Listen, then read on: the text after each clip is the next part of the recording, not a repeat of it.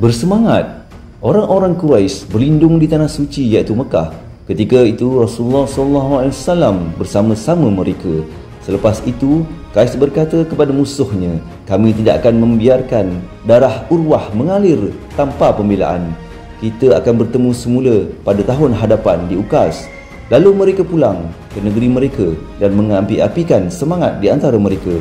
Apabila tiba waktu yang dijanjikan, kabilah Qais mengumpulkan kekuatannya. Mereka dibantu oleh kabilah Thaqif dan selainnya.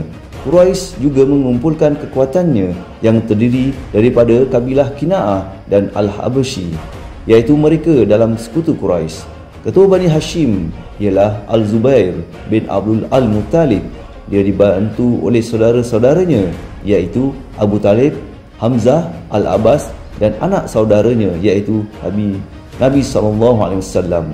Bani Umayyah pula diketuai oleh Habr bin Umayyah. Dia mengetuai kekuatan Quraisy disebabkan kemuliaan dan usianya. Begitu juga dengan bani-bani lain yang terdapat di dalam kabilah Quraisy. Masing-masing mempunyai ketua.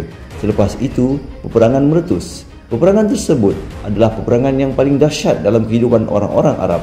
Oleh kerana banyak kehormatan Mekah yang merupakan tempat suci di sisi orang-orang Arab dicerobohi di dalam peperangan tersebut, maka mereka menamakannya sebagai peperangan Fijar.